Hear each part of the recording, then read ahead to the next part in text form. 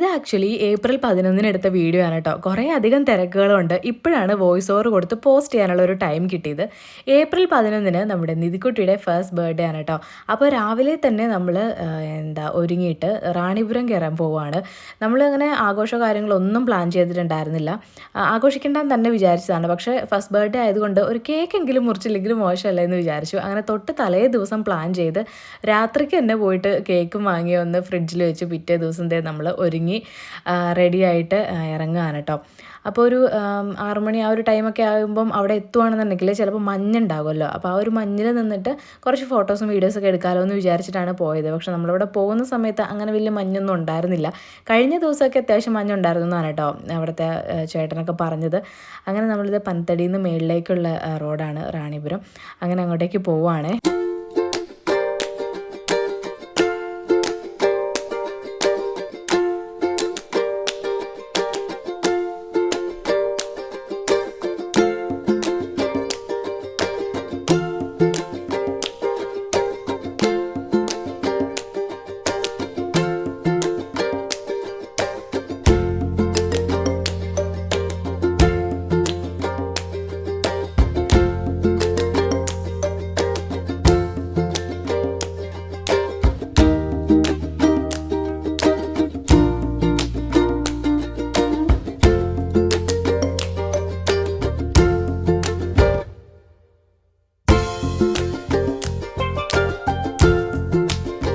കഴിഞ്ഞ വർഷം പെരുന്നാളിൻ്റെ അന്ന് ഫുഡൊക്കെ കഴിച്ച് കഴിഞ്ഞ് ഉച്ചയ്ക്ക് ഫുഡൊക്കെ കഴിച്ച് കഴിഞ്ഞിട്ട് നമ്മൾ നേരെ ഹോസ്പിറ്റലിൽ പോയിട്ട് അഡ്മിറ്റ് ആയതാണ്. പിറ്റേ ദിവസം ഉച്ചയായപ്പോഴത്തേക്കുമാണ് കേട്ടോ നിധിക്കുട്ടി ഉണ്ടായത്. അപ്പോൾ ആ ഒരു പ്രഗ്നൻസിനെ കുറിച്ച് പറയുകയാണെന്നുണ്ടെങ്കിൽ എനിക്ക് ഫസ്റ്റ് പ്രഗ്നൻസിനെ അപേക്ഷിച്ച് ഒരുപാട് മാറ്റങ്ങളുണ്ടായിരുന്നു. എന്ന് വെച്ചാൽ മെൻ്റലി ഞാൻ ഭയങ്കര ഓക്കെ ആയിരുന്നു, ഭയങ്കര കംഫർട്ടബിൾ ആയിരുന്നു. ആദ്യത്തേത് അങ്ങനെയൊന്നും അല്ലായിരുന്നു. നിങ്ങൾക്ക് പലർക്കും എൻ്റെ വീഡിയോ കാണുന്നവർക്കറിയാം ഭയങ്കരമായിട്ടുള്ള ഒരു ഡിപ്രഷൻ സ്റ്റേജും കാര്യങ്ങളൊക്കെ ആയിരുന്നു. പക്ഷേ അതൊന്നും തന്നെ ഈ ഒരു പ്രഗ്നൻസിയിൽ ബാധിച്ചിട്ടില്ല കേട്ടോ. കാരണം എന്താണെന്ന് വെച്ചാൽ നമ്മൾ പലരും പല പ്രശ്നങ്ങളിൽ കുടുങ്ങി കിടക്കുന്നവരാണ്. അതായത് ആ ഒരു ലൂപ്പിൽ നിന്ന് നമുക്ക് പുറത്ത് കിടക്കണം എന്നുണ്ടെങ്കിൽ അതിന് നമ്മൾ തന്നെ ശ്രമിക്കണം. നമ്മുടെ കാട് കയറുന്ന ചിന്തയാണ് പലരുടെയും പ്രശ്നങ്ങൾക്ക് കാരണമല്ല. അതിങ്ങനെ ചിന്തിച്ച് നമുക്ക് നമ്മുടെ മനസ്സിനൊരു സമാധാനം ഇല്ലാണ്ടാവും. അപ്പോൾ അങ്ങനെയുള്ള ചിന്തകളെ നമ്മൾ കടിഞ്ഞാണിടണം എന്നുണ്ടെങ്കിൽ അതിനും നമ്മൾ തന്നെ ശ്രമിക്കണം അല്ലേ. അപ്പോൾ ഈ ഒരു പ്രഗ്നൻസിയിൽ ഒരാവശ്യമില്ലാത്ത കുറേ അഭിപ്രായങ്ങൾ നമ്മുടെ നാല് പാടുന്നു വരുമല്ലോ. അതിനൊക്കെ ആദ്യം തന്നെ ഞാൻ തള്ളിക്കളഞ്ഞിട്ടുണ്ടായിരുന്നു. പിന്നെ ഞാൻ പേടിച്ചിരുന്ന കുറേ സാഹചര്യങ്ങളെ ഞാൻ തന്നെ ഒഴിവാക്കിയിട്ടുണ്ടായിരുന്നു. അതുകൊണ്ട് തന്നെ എനിക്ക് അങ്ങനെ വലിയ പ്രശ്നങ്ങളോ കാര്യങ്ങളോ ഒന്നും ഇല്ലാതെ മെൻ്റലി ഭയങ്കര സ്ട്രോങ് ആയിട്ട് തന്നെ മുമ്പോട്ട് പോയൊരു പ്രഗ്നൻസി ആയിരുന്നു. അതിൻ്റെ ഒരു ഗുണം ഉണ്ടായിട്ടുണ്ട് എന്ന് തന്നെ പറയാം കേട്ടോ.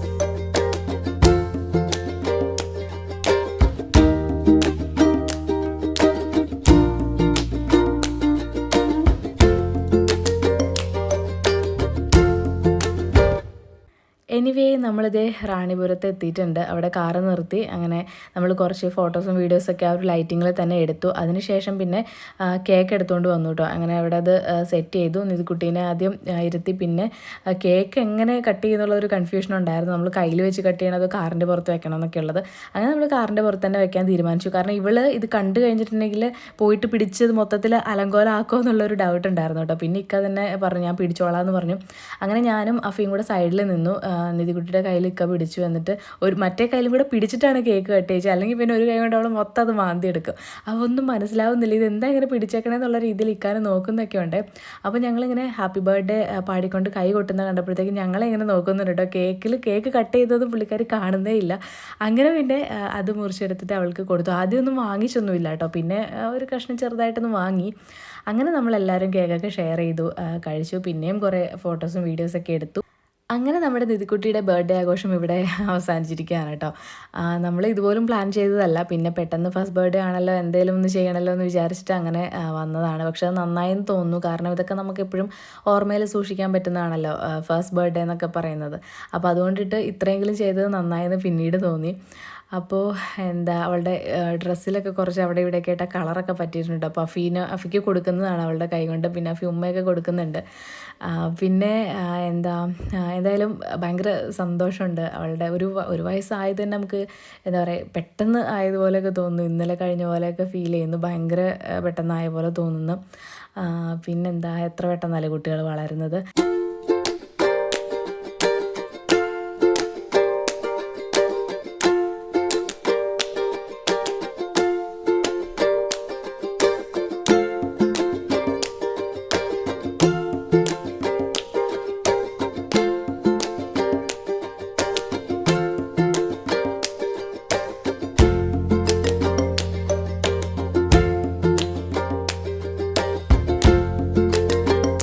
അങ്ങനെ ബർത്ത്ഡേ ആഘോഷമൊക്കെ കഴിഞ്ഞ് നമ്മളിത് തിരിച്ചു പോവാണ് കേട്ടോ. അപ്പോൾ വാട്സപ്പിലും ഇൻസ്റ്റാഗ്രാമിലും യൂട്യൂബിലൊക്കെ പോസ്റ്റ് ചെയ്ത സമയത്ത് ഒത്തിരി പേര് വിഷസ് അറിയിച്ചിട്ടുണ്ടായിരുന്നു, ഹാപ്പി ബർത്ത്ഡേ എന്നൊക്കെ പറഞ്ഞിട്ട്. അപ്പോൾ എന്തായാലും ഒരുപാട് നന്ദിയുണ്ട് എല്ലാവരോടും.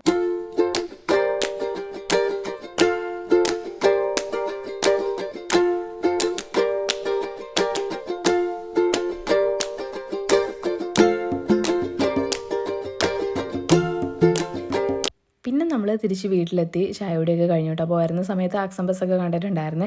അതിൻ്റെ വീഡിയോ ആണ് നേരത്തെ കണ്ടത്. പിന്നെ നമ്മൾ ഒരു വീഡിയോ എടുക്കുന്ന കാര്യം നേരത്തെ വിളിച്ച് പറഞ്ഞിട്ടുണ്ടായിരുന്നു തൊടുപുഴയെന്ന്. പക്ഷെ അതിങ്ങനെ ഒരു കൺഫേം അല്ലാത്ത രീതിയിൽ നിൽക്കുകയായിരുന്നു. പക്ഷെ കുറച്ച് മുമ്പ് അവരിങ്ങനെ വിളിച്ച് പറഞ്ഞു എന്തായാലും വരുവാൻ പറ്റുമോ എന്നൊക്കെ ഉള്ളത് ചോദിച്ചിട്ടുണ്ടായിരുന്നു. അങ്ങനെ പിന്നെ ഇന്ന് നമ്മൾ പോകാനായിട്ട് തീരുമാനമായി. പിന്നെ ഉമ്മായി പോയി അവിടെയാണല്ലോ. അപ്പോൾ നമ്മൾ പോവുകയാണെന്നുണ്ടെങ്കിൽ വീഡിയോ എടുത്ത് കഴിഞ്ഞിട്ട് അവരെയും കൂട്ടിയിട്ട് ഇങ്ങോട്ടേക്ക് വരാലോ എന്ന് വിചാരിച്ചിട്ട് പോകാൻ വേണ്ടിയിട്ട് തുടങ്ങുകയാണ്. അപ്പോൾ പെട്ടെന്ന് തന്നെ എല്ലായിടം ഒന്ന് തൂത്ത് വൃത്തിയാക്കി തുടച്ച് പറക്കിയിട്ടിട്ട് പോകാമെന്ന് വിചാരിച്ചു. എനിക്ക് എവിടെ പോയാലും അല്ലെങ്കിൽ പോയിട്ട് വരുമ്പോഴും ഫുള്ളൊന്ന് ക്ലീൻ ചെയ്തിടണം, അല്ലെങ്കിൽ ഒരു സമാധാനം ഉണ്ടാവില്ല. ഇങ്ങനെ ക്ലീൻ ചെയ്തിട്ടിട്ട് പോകുമ്പോൾ ഒരു ഗുണം എന്താണെന്ന് വെച്ചാൽ വരുമ്പോൾ നമുക്കിതിൻ്റെ പകുതിയുടെ പകുതി പണി ഉണ്ടാവില്ല, അല്ലെങ്കിൽ മൊത്തം പണിയായിരിക്കും കേട്ടോ.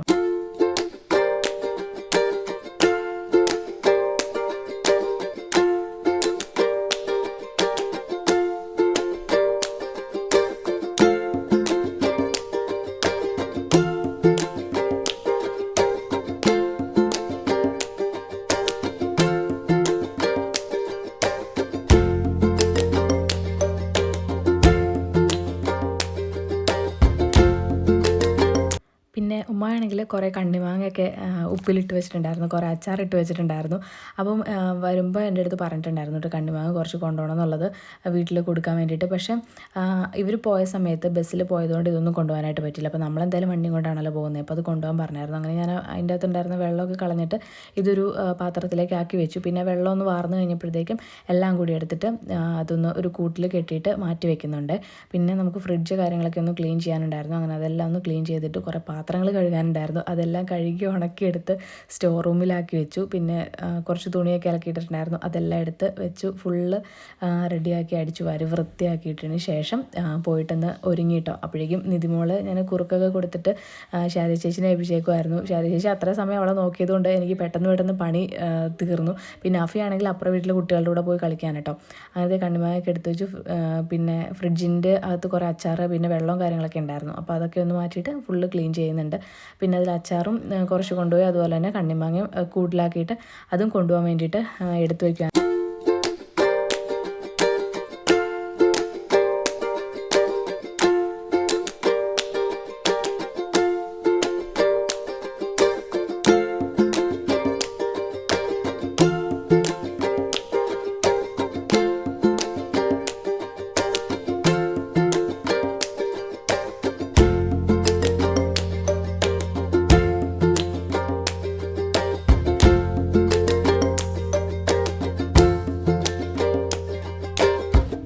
ഏകദേശം എൻ്റെ പണികളൊക്കെ കഴിഞ്ഞതിന് ശേഷമാണ് കേട്ടോ ശാരി ചേച്ചിയുടെ കുട്ടികൾ വന്നിട്ടുണ്ടായിരുന്നു.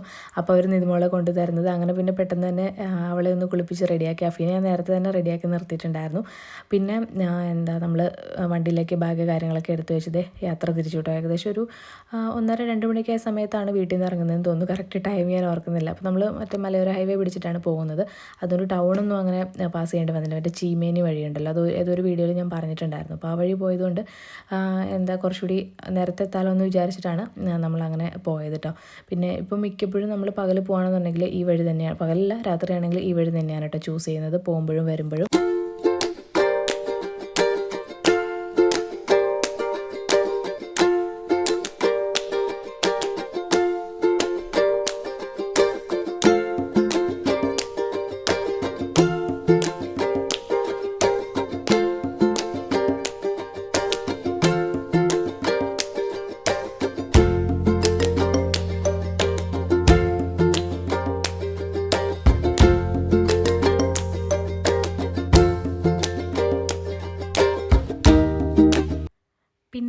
4 മണിയൊക്കെ ആയ സമയത്ത് ചായ കുടിക്കാൻ വേണ്ടിയിട്ട് നിർത്തിയതാണ് കേട്ടോ. അങ്ങനെ ഒരു ഗ്ലാസ് ചായയും അതുപോലെ തന്നെ പരിപ്പോടൊക്കെ കുടിച്ചു. അത് പരിപ്പോട കൊണ്ട് തന്ന സമയത്ത് ഇതുമോളാണെങ്കിൽ അത് കണ്ടില്ലേ കൈ കൊണ്ട് വാങ്ങിക്കാൻ നോക്കുന്നതാണ്. പിന്നെ ചായ കുടി കഴിഞ്ഞിട്ട് നമ്മളിത് വീണ്ടും യാത്ര തുടർന്നു. പിന്നെ ഇന്നിപ്പം നമ്മൾ എല്ലാ പ്രാവശ്യത്തേക്കാളും നേരത്തെയാണ് ഇറങ്ങിയത്. അപ്പോൾ അതുകൊണ്ടിട്ട് തന്നെ ഒരു വെളുപ്പൊരു 3 മണി 4 മണിയൊക്കെ ആവുന്ന സമയത്ത് വീട്ടിലെത്തുകയാണെന്നുണ്ടെങ്കിൽ അപ്പോൾ കിടന്നൊരു ഉറക്കം കിട്ടുമല്ലോ എന്ന് വിചാരിച്ചിട്ടാണ് നമ്മൾ നേരത്തെ തന്നെ ഇറങ്ങിയത് കേട്ടോ. പക്ഷേ ഇതുപോലൊരു പണി കിട്ടിയ യാത്ര വേറെ ഉണ്ടായിട്ടില്ല. കാരണം എന്താണെന്ന് വെച്ചാൽ നമ്മുടെ വടകര ആ ഒരു ഭാഗമില്ലേ, ഭയങ്കര ബ്ലോക്കായിരുന്നു അവിടെ. ഒരു 2 മണിക്കൂർ നമ്മൾ ബ്ലോക്കിൽ കിടന്നു. മഴ കാര്യങ്ങളൊന്നും ഉണ്ടായിരുന്നില്ല കേട്ടോ. 2 മണിക്കൂർ നമ്മൾ കണ്ടിന്യൂസ് ആയിട്ട് ബ്ലോക്കിൽ കിടന്നു. അപ്പോൾ ബ്ലോക്കൊന്ന് ഇങ്ങനെ തീരാനായ സമയത്ത് ഇങ്ങനെ ക്ലച്ചിന് എന്തോ ഒരു പ്രശ്നമുള്ളതുപോലെ ഇക്കാക്ക് ഫീൽ ചെയ്തു കേട്ടോ. അപ്പം നമുക്കൊന്ന് ഒതുക്കി നിർത്തിയിട്ട് നോക്കാമെന്ന് പറഞ്ഞിട്ട് നമ്മളൊരു സൈഡിലേക്ക് ഒതുക്കി. അപ്പോൾ തന്നെ വണ്ടി ഓഫായി പോയി. പിന്നെ ഓണായിട്ടില്ല കേട്ടോ. അപ്പോൾ ഏകദേശം ഒരു 8:30 ആയിട്ടുണ്ടായിരുന്നു. ആകെ വേർത്ത് കുളിച്ച് ഭയങ്കര ചൂടുമായിരുന്നു. ആകെ വേർത്ത് കുളിച്ച് കുട്ടികളൊക്കെ 2 പേരും അതിൻ്റെ അകത്ത് കിടന്ന് ഉറങ്ങിപ്പോയി. പിന്നെ ഭയങ്കര ബുദ്ധിമുട്ടായിട്ടോ. ആകെ എന്തൊക്കെയോ ആയി. പിന്നെ കുറേ കോൾ വിളിച്ചു. നമ്മൾ എത്ര കോൾ വിളിച്ചെന്നുള്ളത് നമുക്ക് തന്നെ അറിയത്തില്ല. അവിടെ അടുത്തുള്ള നമ്മുടെ ഫ്രണ്ട്സിനെയൊക്കെ വിളിച്ചു. അതുപോലെ തന്നെ കസ്റ്റമർ കെയറിലേക്ക് വിളിച്ചു.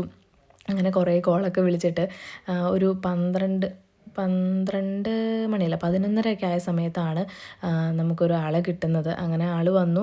നമ്മുടെ ബാക്കി കാര്യങ്ങളൊക്കെ ചെക്ക് ചെയ്തു. അങ്ങനെ നോക്കുമ്പോൾ ബാറ്ററിക്ക് പ്രശ്നമാണെന്നുള്ളത് മനസ്സിലായി കേട്ടോ. അപ്പം അവർ പറഞ്ഞു എന്തായാലും മുമ്പോട്ട് പോയി നോക്കൂ, അറിയില്ല എത്ര വരെ പോകുമെന്നുള്ളത്, വണ്ടി ഒരിക്കലും ഓഫ് ആക്കണ്ട എന്നുള്ളത് പറഞ്ഞു. അങ്ങനെ നമ്മൾ 11:30 അവർ വന്നു. 12 മണിയായപ്പോഴത്തേക്ക് നമ്മൾ വീണ്ടും വിട്ടു കേട്ടോ. പിന്നെ വണ്ടി ഓഫ് ആക്കിയതേ ഇല്ല, എവിടെ നിർത്തിയൊന്നുമില്ല. ഫുഡൊന്നും വേണമെന്നേ ഉണ്ടായിരുന്നില്ല. ഫുഡ് കഴിച്ചതും ഇല്ല കേട്ടോ. കുട്ടികൾ 2 പേരും നല്ല ഉറക്കമാണ്.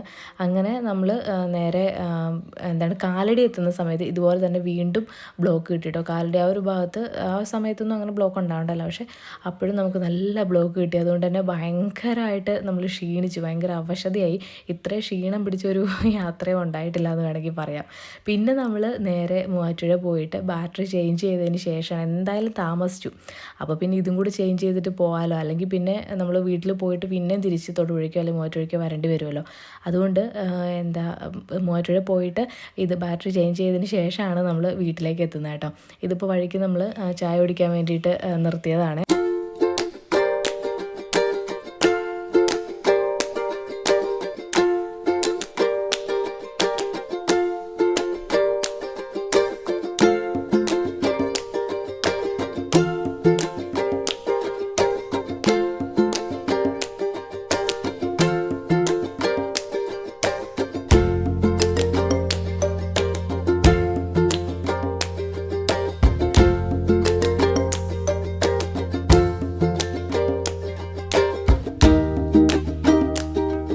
അങ്ങനെ നമ്മൾ ഉടുമ്പന്നൂരെത്തി. ഉടുമ്പന്നൂരിൽ നിന്ന് അവിടെ അത്തച്ചിയും അതുപോലെ തന്നെ ഉപ്പായും ഉണ്ടായിരുന്നു. അവർ 2 പേരും കൂടെ വണ്ടിയിൽ കയറ്റിയിടാം. അപ്പോൾ ഇതേ ബെൻസിത്തായുടെ വീട്ടിൽ വന്നപ്പോഴത്തേക്കും കുട്ടികളുണ്ടായിരുന്നു അവിടെ. അപ്പോൾ അവരുടെ അങ്ങോട്ടേക്ക് വാന്നും പറഞ്ഞ് വിളിക്കുന്നതാണ് ഇക്ക. പിന്നെ നമ്മൾ വീട്ടിലേക്ക് എത്തി. അപ്പോഴത്തേക്കും ഏകദേശം സമയം 11:30 ആയിട്ടോ. വെളുപ്പിന് 3 മണി 2 മണി ആ സമയത്ത് എത്താമെന്ന് വിചാരിച്ചിട്ട് വീട്ടിൽ നിന്ന് ഇറങ്ങിയതാണ്. പക്ഷേ അങ്ങനെ പറ്റിപ്പോയി. എന്തായാലും കുഴപ്പമില്ല, അങ്ങനെ ഒരു പണി കിട്ടിയതുകൊണ്ട് ഇനിയിപ്പം ഒരു ലോങ് യാത്രയ്ക്ക് മുമ്പ് നമ്മളത് ശ്രദ്ധിക്കുമല്ലോ. അപ്പോൾ എന്തായാലും ഇന്നത്തെ ചെറിയൊരു വീഡിയോ നിങ്ങൾക്ക് എല്ലാവർക്കും ഇഷ്ടമായെന്ന് വിചാരിക്കുകയാണ്. ഇഷ്ടപ്പെട്ടാൽ ലൈക്ക് ചെയ്യുക, ഷെയർ ചെയ്യുക. പിന്നെ ചാനൽ ആദ്യമായിട്ടാണ് കാണുന്നതെങ്കിൽ ഒന്ന് സബ്സ്ക്രൈബ് ചെയ്തേക്കാം കേട്ടോ. സോ നമുക്കിനി നെക്സ്റ്റ് വ്ലോഗിൽ കാണാവേ. ബൈ.